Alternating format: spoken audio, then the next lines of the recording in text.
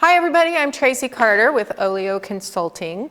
My goal in life is to provide entrepreneurs and managers of small businesses with quick and cost-effective solutions to their problems. So we refer to problems in the small business industry as pain points. I don't know if any of you have ever heard that term before, but now that you have, you will see it everywhere. So, what are pain points? Sorry guys. A poll was taken of a bunch of small business owners throughout the US, and these are some of the answers that they came up with. So they compiled all of the answers together and listed the ones that came up the most often. Do any of these look relatable? Oh, yeah. Any particular one? Nobody knows who we are. Well, here's what you get for being the first one to participate. There you go. Okay, so let's have some more answers. What do you think? Am I in your way? You're good, you're good. Yeah, I don't have a website. But What jumps out at you? The website? All right, we've got a couple more here. What you'll notice is that a lot of these have some things in common. There you go. Okay, so we talk about customers. We need more customers. We want to keep the customers we have. We actually want good customers. Employees, same thing. We want to hire the best ones. We want to keep the good ones. And we want to stay away from the little troublemakers and the ones that don't perform well. A lot of these pain points are about money and profits. We need more money. We need higher profits. Can everybody relate to that? Yeah.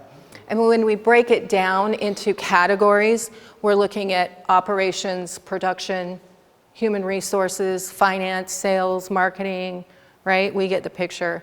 So we have all these questions and pain points. Where do we go for the answers? Yes. Where did you say? I didn't hear it. Oh, yes, me. But where do you typically go? If you have any question in your head at all. Google. YouTube. Right? We go to the internet.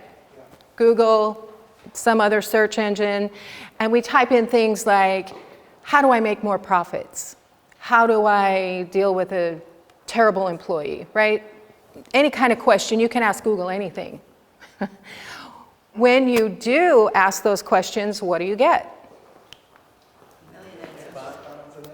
You get ads, grow your profits, methods to more productivity, and often there's a number, the top 10 strategies, the top 5 something or other, right?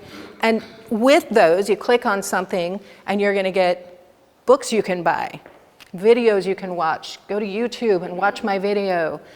What else? Coaching. We'll get more into that later. Okay, so all of the words that they use, solutions, procedures, methods, systems. There's 5 systems, there's 4 methods, there's 20 solutions. All of these things come together. And as you can see, we don't usually think out what this means for us. A solution is the act of solving a problem. That's obvious, right? But when we get down here to established, a lot of people say, this is the established method. This is the established strategy, right? These are the books you can buy, the videos you can watch. These are all of the words that they use. And guess what? I use those words too. I'm guessing all of you use those words as well. Strategies, solutions, methods. This is why they all differ. If you pick one method and you have a specific complaint, it may be different for you. The answer or the method may work differently for you. A good example is if your pain point is my profits are low, right? How many different reasons could there be for having low profits? It's going to be different for each person, each scenario, your company culture, Even if you have multiple locations, the culture at each location is different. Does everybody understand what I mean by the culture? Okay, good. So your goals. We all have short-term goals and long-term goals. Sometimes when we make a decision for a short-term goal, something that's going to happen tomorrow, that can affect our long-term decisions, and we may have to go back and make other decisions later based on that. But if we're forward-thinking, we may be able to make the decision that works both for today and in the future.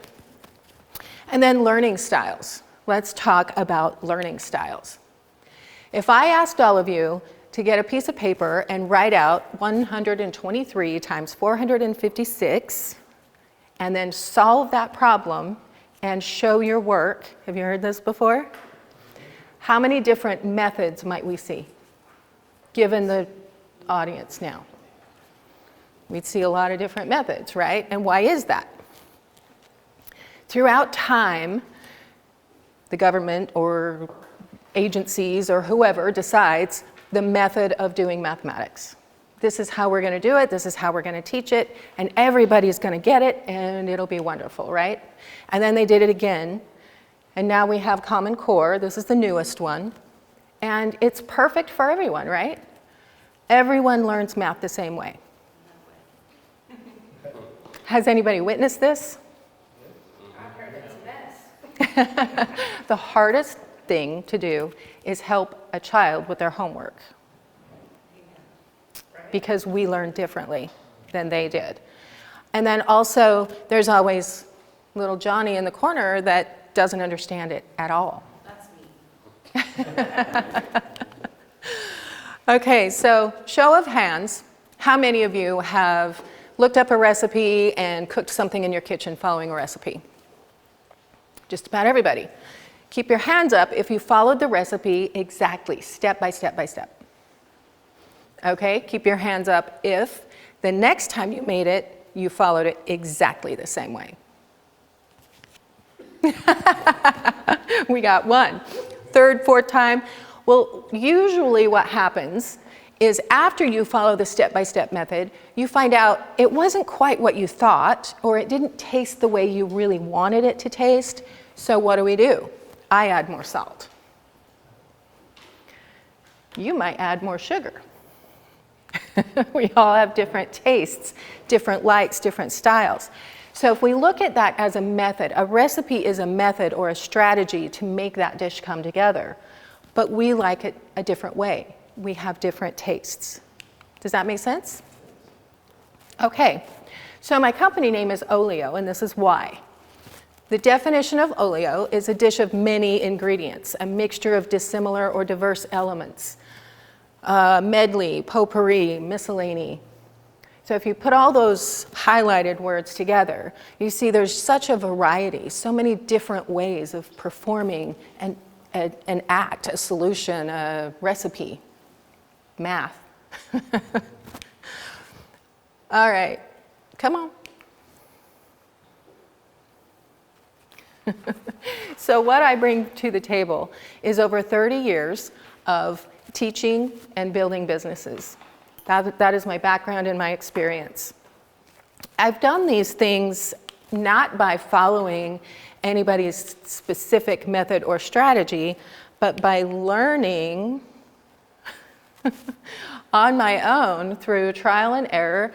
And also, I've read all those books, I've watched all those videos, and I've taken all of the courses, and I've never been able to go back and do exactly what they told me to do, because I had a different company culture. I had customers with different tastes.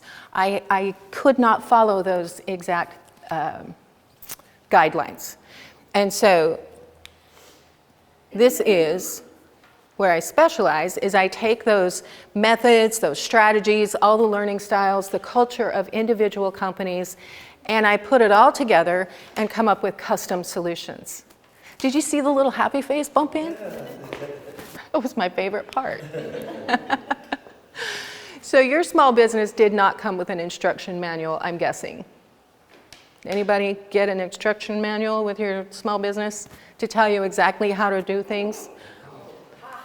Okay, and why do we think that is? That there's, like, you can go on the internet, you can go on Google and say, how do I start a business? And you're gonna get, here's your step-by-step plan to start your small business. And the first one is you have to have a mission statement, right? Or, yeah, and then it guides you through, then you get a business license, and then you sign up for your taxes, you do all of these things, that's your step-by-step guide.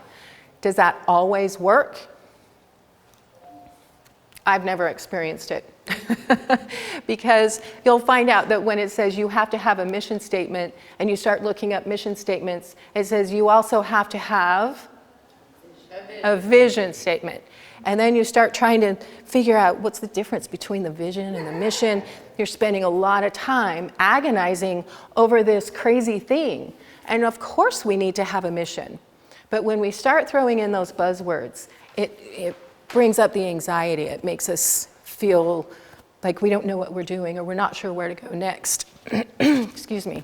So that is also something that I can sit down and help people with, not panic. Don't go crazy over these little things. Works well for putting together a car or any other kind of assembly. Those are great ways or great reasons to do an exact step-by-step method. So again, here's what I'm offering. 30 years of business building experience and teaching. I use established methods and strategies plus the learning styles and culture of your company to create customized paths and customized solutions for you. I offer a variety of business-related courses and workshops for entrepreneurs and managers, and then I've thrown in employees because I also do training. So if you have 3-4 employees that need any kind of training, I can help you with that as well. Oh, there, I did say that. Okay. Any questions? I do offer a starting a business course, which allows you to sit down with me or with a group, and we actually do go on the government website.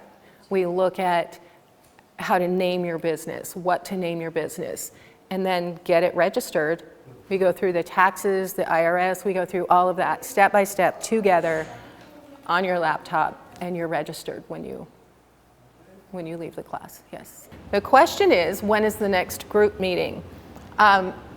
I have a schedule, but I don't know it off the top of my head, but I will be happy to let anybody know what I have coming up. Also, you can visit my website, olioconsult.com, and it has a whole calendar of all of my events. Good question. So the question is, if somebody called for help with their business, what is the process? Basically, what happens? What happens next? So there's two options. If specifically your complaint is, I'm struggling to manage my time, I have a time management course.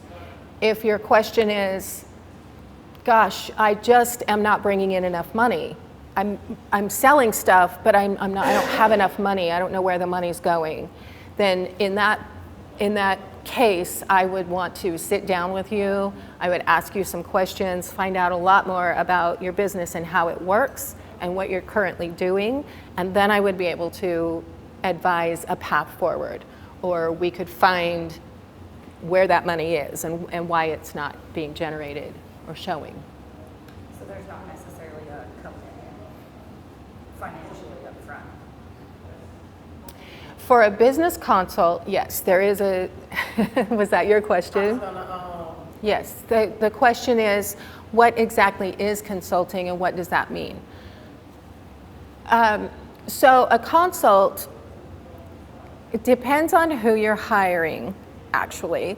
So I could say, I'm going to charge you to spend 2 hours with me, and you're just going to tell me all of your complaints, right? And I'm just going to advise you, what to do about each one of those complaints.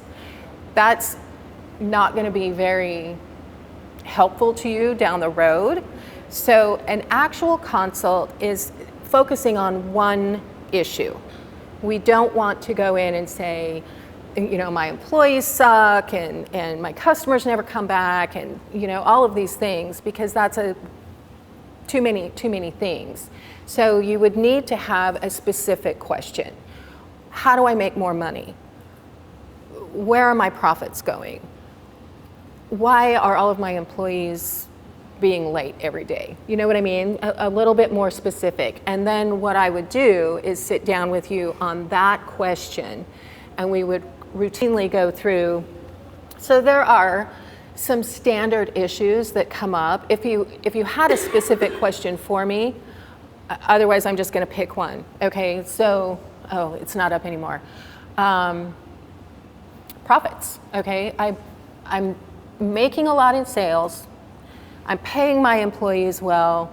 My customers are happy, but I don't know where the money's going. Like I'm not making any money. My profits aren't there. So for that specific situation, I can help you find where that money is going and why it's not showing up in your bank account. Does that help? And it's a difference. I'll tell you what I think the difference is. A lot of people talk about consulting versus coaching. So a coach is going to sit down with you and say, first we need to have your vision and your mission. And then I'm going to have you go through and do position agreements for everybody in your company. And then I'm going to have you do this. And they would lead you through a process that they have purchased themselves and take you step by step through a process.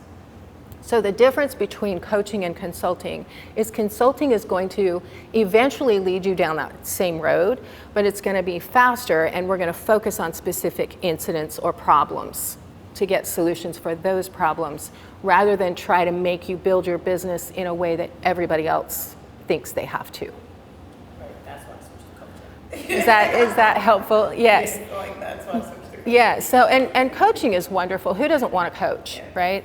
All the time. I want a mentor standing behind me all the time saying, you need to do this. This is the right decision. This is where you need to go next. But the problem is that person isn't in my head, doesn't live my life, and doesn't have my employees and my customers. Is that helpful? Talk for a couple hours. Yes. It's $75 an hour. The first 3 hours are, now I can't remember. I think for the first 3 hours, I do 150. Okay. Yeah. And it typically takes about 3 hours the first Okay. time, just up front. It's really hard to solve any issue in an hour. Right. And I didn't know if you had and then the reason I asked is not an exact rate, but just to say, do you have to sign up for consulting for a 3-day? No, that's kind of the difference between consulting and coaching. You can call me once and we can sit down for 3 hours and solve one of your issues if it's one that can be solved in 3 hours. And at the end of that 3 hours, you're not obligated to anything else, and I'm not going to push you for any more time. I may suggest a class or, offer where you maybe want to look at next, but there is no long-term coaching going on. I don't subscribe to, again, a specific method that somebody has created that is supposed to be globally worthy. Yes? Maybe your Kimberly, sorry about that. So at what point should a small business transition from LLC to S Corp? Or is it a good time to transition? Transitioning from an LLC to S Corp is done specifically for tax purposes. And so I would say, again, it's going to depend on your specific business, but a general rule is you should have at least 5 employees that you're paying, and you should have at least, I would say minimum, $500,000 in sales per year. I consult on marketing in general, so I can tell you these are the people you should be marketing to, and these are some ideas of how you market to those people, but I don't actually create Facebook pages and websites and that kind of stuff. Let's give it up. Thank you.